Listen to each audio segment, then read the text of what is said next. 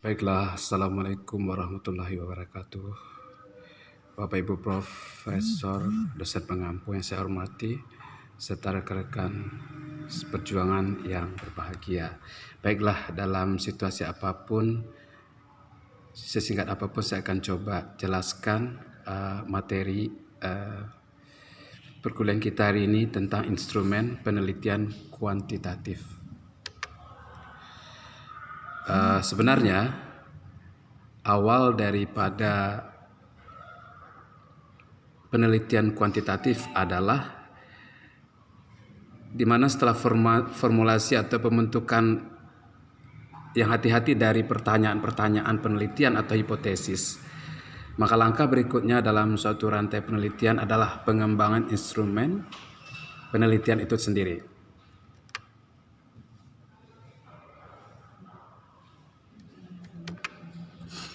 Nah, ada dua jenis instrumen penelitian yang sering digunakan dalam penelitian kuantitatif, yaitu instrumen pelaksanaan pembelajaran, kemudian instrumen pengumpulan data. Dengan catatan, instrumen pelaksanaan pembelajaran adalah berlaku kalau memang penelitiannya adalah tentang pembelajaran itu sendiri. Tapi kalau penelitian kuantitatifnya selain pembelajaran, maka tidak diperlukan juga instrumen pelaksanaan pembelajaran seperti itu.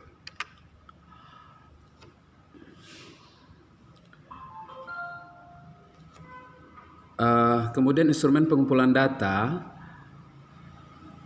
secara umum ada dua, yaitu terdiri daripada tes dan non-tes.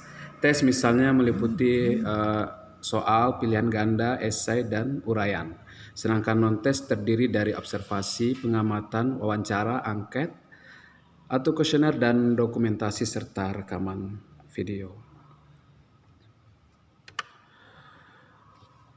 Ditinjau berdasarkan sasaran atau objek yang diukur, maka instrumen untuk teknik tes dapat dibedakan menjadi seperti misalnya tes hasil belajar, tes kepribadian, tes bakat, tes intelijensi, tes sikap, tes minat, dan lain-lain.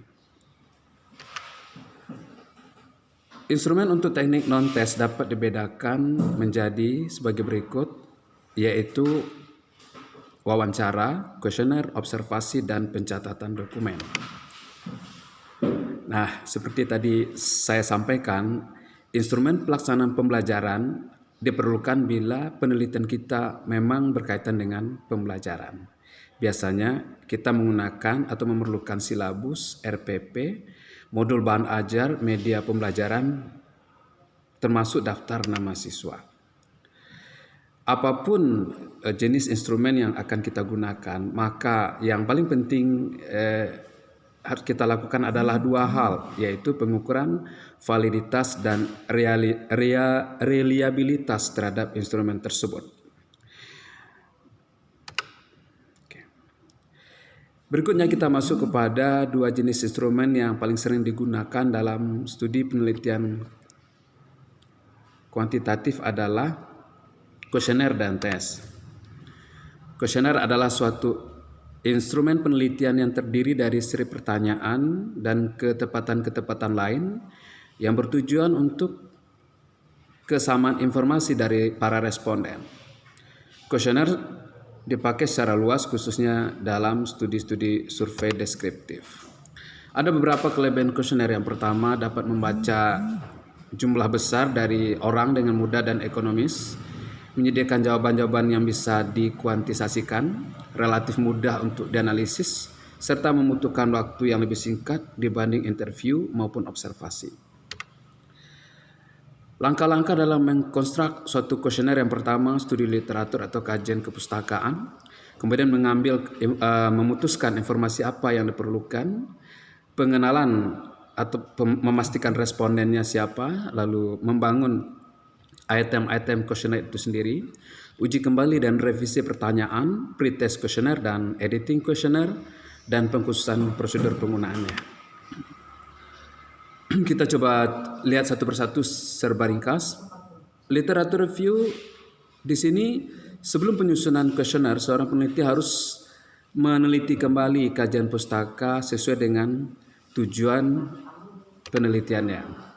Kemudian, keputusan informasi apa yang dibutuhkan, listkan tujuan spesifik yang akan dicapai, lalu metode apa yang akan dilaksanakan untuk menganalisis data juga harus jadi bahan pertimbangan. Langkah berikutnya adalah pengenalan responden, di mana peneliti harus tahu target populasinya dalam hal pekerjaan, tingkat perekonomian, sensitivitas khusus, pendidikan, budaya, bahasa, dan lain-lain. Pada tahap selanjutnya, pengkonstruksian item-item kuesioner, di mana setiap item dalam kuesioner harus dikembangkan untuk dapat mengukur aspek khusus dari objektif ataupun hipotesis. Kemudian peneliti harus bisa menjelaskan secara detail pertanyaan-pertanyaan tertentu dan bagaimana nanti menganalisis respon yang ada. Kemudian juga membuat dummy table. Ada beberapa aturan dalam konstruksi item. Yang pertama, baik pertanyaan akhir terbuka maupun tertutup dapat digunakan, walaupun yang pertanyaan tertutup lebih disukai. Yang kedua, kejelasan semua item diperlukan untuk mendapatkan hasil yang valid.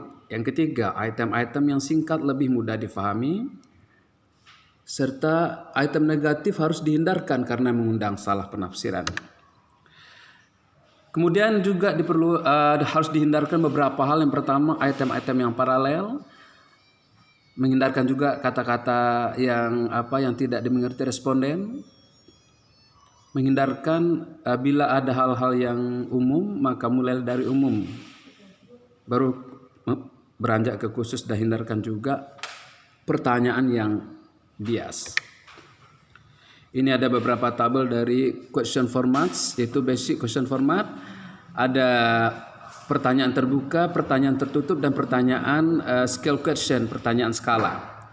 Di open-ended question kita bisa ada basic, ada probing, ada clarifying step. Sementara di ended question